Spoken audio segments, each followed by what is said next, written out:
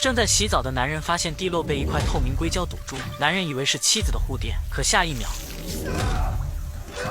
然而更诡异恐怖的事情接连发生，先是家里所有的鸡蛋里全部夹杂了红色的血水，紧接着切菜的妻子竟然活生生的切断了自己的手指，却没有丝毫痛觉。院子的枯井里突然出现变异的螳螂，农舍的7只羊驼也遭遇基因变异成了多头的怪物。而这仅仅是5口之家厄运的开始。为了缓解患癌妻子的情绪，凯奇带着一家老小搬回了乡下的老宅。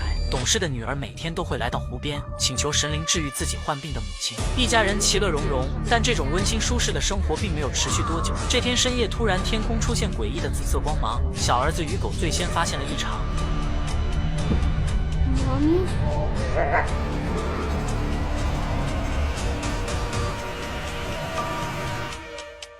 伴随着一声巨响和小儿子的尖叫声，所有人都从睡梦中被惊醒。等几人赶出屋外，发现一颗紫色的陨石坠落在了院子里，并且散发着一种肉类腐烂的恶臭。正在几人疑惑之时，妻子在门前大喊说：“小儿子好像不太对劲，虽然身体上没有外伤，但一直呆呆地坐在那里，不论家人如何安慰他都没有反应。”感觉不对的凯奇立刻报了警。第二天，当警察赶到现场，这颗陨石也只是发散着热气，并没有其他的异常。随行的水文专家小黑最终认定这只是一块普通的陨石，并不用太在意。等警察走后，凯奇还是感觉不对劲，他找来小黑说出了心中的疑虑。凯奇称，在这块山林中，除了他这一家，在附近还有一位隐居的奇怪老人，他应该也看见了昨晚诡异的现象。随后，凯奇的大儿子带着小黑来到了老人的住所，可奇怪的是，还没等两人进门，老人就走了出来，并说出了小黑的名字。可这次明明是他们头一次见面。随后，老头轻蔑一笑，称是这里小鸟告诉的人。小黑也露出了不可思议的表情。进屋后，老头热情地端上了2杯咖啡，可小黑一眼就看出了这水有问题，无论从气味和颜色上都已经超出了饮用水的标准。但老头表示，水都是从这里的地下抽上来的，跟凯奇他们家的井水一样。就在此时，屋外突然电闪雷鸣，下起了大雨，而此时陨石似乎拥有了魔法一样，吸引了天空中所有的闪电。与此同时，返回住处的小黑第一时间就对水进行了取样化验，却发现试纸变成了无法理解的紫红色。感觉不对的他准备立刻汇报给上级，可电话那头却传来砰砰砰的诡异声音，就像是高速跳动的心脏。正当他努力想听清楚时，这声音又从他身边传来，瞬间让小黑情绪紧绷了起来。他打开手电四处查看，空气中呈现出诡异的光线折射，若有若无，一闪而逝。正当他以为是手电坏了，下一秒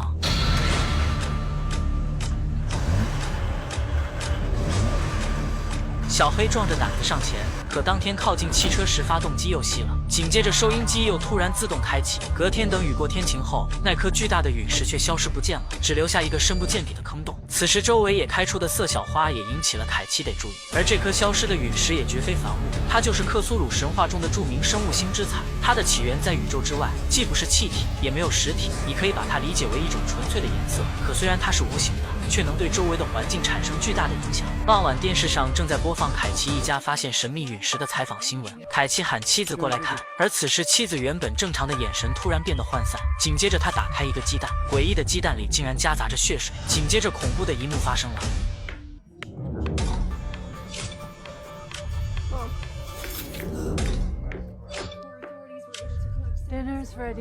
凯奇见状，立刻带着妻子开车前往镇上的医院，只留下3个子女独自看家。临走前，凯奇叮嘱孩子们，明早10点前一定要把羊驼放出去，因为这些羊驼是他们一家唯一的经济来源。第二天，大儿子很听话，按时将羊驼牵到了牧场。可当姐姐出来的时候，却又发现羊驼都跑到了院子里。大儿子也是一脸迷茫，明明自己刚刚都将他们放到了牧场。此时，小儿子诡异地对着门口的井吹着口哨。等姐姐过来，他跟姐姐说自己在跟井里的人说话，以为是弟弟，被吓得还没缓过来。可刚转身离开，就听到井里传出了另一个人的口哨声。此时担心孩子的凯奇也打来了电话，可手机信号似乎受到了干扰，里面全是杂音。与此同时，屋外的水井再次传来口哨声。童真的小儿子好奇地走过去，而井里的确藏着神秘的东西。紧接着，一只彩色的螳螂从井里爬了出来，而屋内的姐姐也发生了异常。她正在清洗昨晚割伤母亲的菜刀，浑然不知道水里一道紫光闪过。正当她头晕目眩之时，水池里突然涌出大量的鲜血，眼前的一幕直接让她开始恶心，想要呕吐。没过多久，小黑来到了凯奇的家里，他告诉女孩，这里的水有问题，千万不要喝。叮嘱完就立刻赶往奇怪老人的家里。此时老人正趴在地上，似乎地下有什么声音。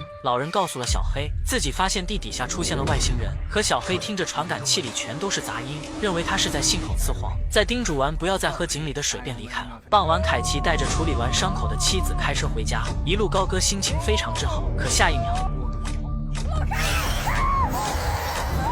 好在虚惊一场，本以为这只是一只简单的野猫，可他不知道的是，他们一家人的命运即将迎来厄运。与此同时，家里也开始发生异常，小儿子与狗正在家门口，突然狗子就开始低吼，似乎发现了什么危险，便冲了上去，可传来的只有几声惨叫。此时女儿躺在床上，她用力捂住耳朵，似乎要隔绝外界的一切，然后又突然起身来到了弟弟的房间，看着不停发出噪音的电视，她的身体不断扭动，感受着痛苦，直到弟弟进来才缓过神。两个人都感觉出了不对劲，明明还是白天，可下一秒天已经黑了，就连方向都无法辨认。此时楼下电话响了起来，可电话里依旧只有杂音。幸好凯奇夫妇及时返回了家中，看着小儿子独自站在院子里，还有没有回收的羊驼。一贯温和的凯奇火冒三丈，处理好羊驼后准备洗个澡好好睡一觉，也就发生了开头的一幕。可被扎后，凯奇就感到浑身瘙痒，甚至手臂也开始发生了变化，长出了结痂。随后凯奇就发觉家里有股臭味，像极了那天陨石落下的味道。更奇怪的是，刚种的夏农作物竟在短短的几天内就成熟了。凯奇高兴地摘了满满的一筐回家，可当他咬了一口时，一股恶臭味差点把他带走。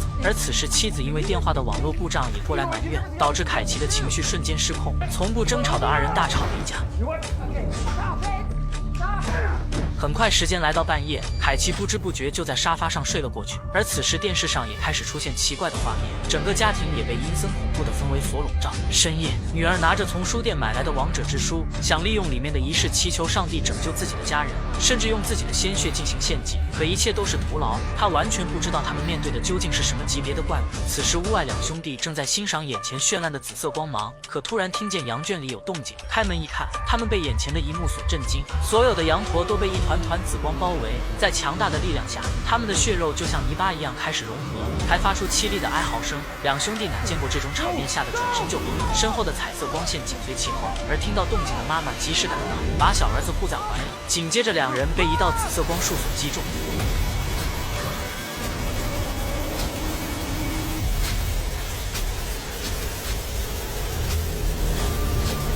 当光芒散去，凯奇和孩子们直接傻了眼，妻子居然与小儿子也被融合在了一起，变成了怪物。但二人还保留着清醒的意识。返回屋里的凯奇让儿子拨打了医院的电话，可电话根本无法拨通，依旧全是杂音。本想开车走，可昨天明明好好的汽车，如今却怎么都打不着。而此时妻子的手臂受到阳光的照射，也开始溃烂，无奈只能先将妻子搬到阁楼上。看着痛苦的妻子，愤怒的凯奇把这一切的罪过都怪在了羊驼的身上。他提着猎枪走进农舍，杀死了曾经最宝贵的羊驼。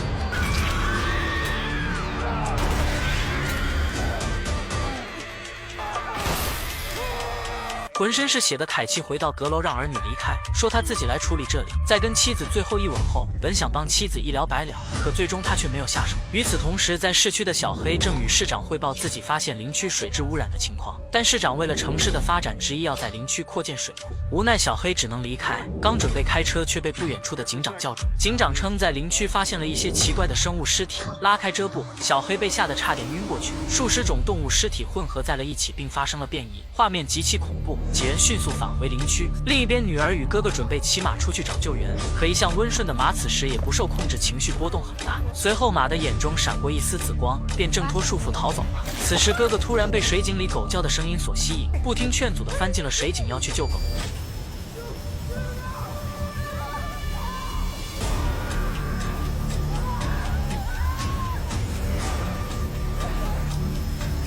在一道紫色光芒过后，大儿子也被吞噬进了水井的深处，只留下惊恐的女孩独自在井口哭泣。突然又被凯奇一把拽了过来，他斥责女儿为什么不听自己的话，待在房间里，并粗暴地将女儿拽到了阁楼上，让她给妻子喂饭。与此同时，小黑与警长也赶到了凯奇的家门口，看着精神恍惚的凯奇，他们知道肯定出事了。就在这时，阁楼里变成怪物的妻子慢慢地爬到了女儿的身上，想要将女儿一同吸入自己的体内，惨叫声也引来了楼下的警员。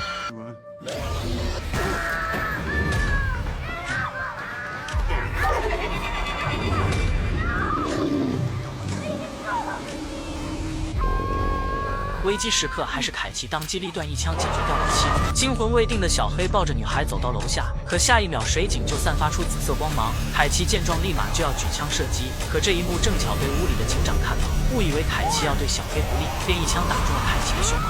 紫光重新钻回了水井，看着惨死的父亲，大女儿悲痛欲绝。原本幸福的一家5口，如今只剩下自己一人，她已经失去了求生的欲望。见此情景，小黑只能带着警长去老头的家里。可刚进门就发现，眼前的老者已经失去了生命特征。就在2人准备返程的时候，警长被树上的神秘生物抓住。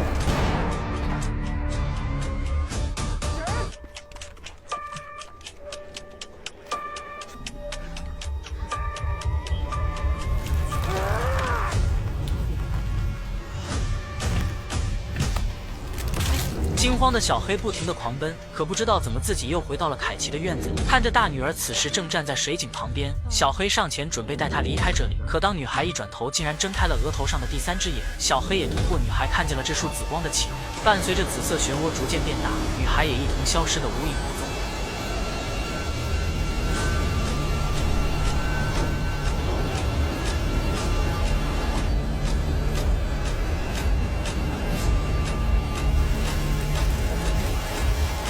无处可逃的小黑只能返回屋子，可发现凯奇一家竟然诡异地坐在客厅的沙发上。还没等小黑反应，凯叔就以一种怪异的步伐走了过来。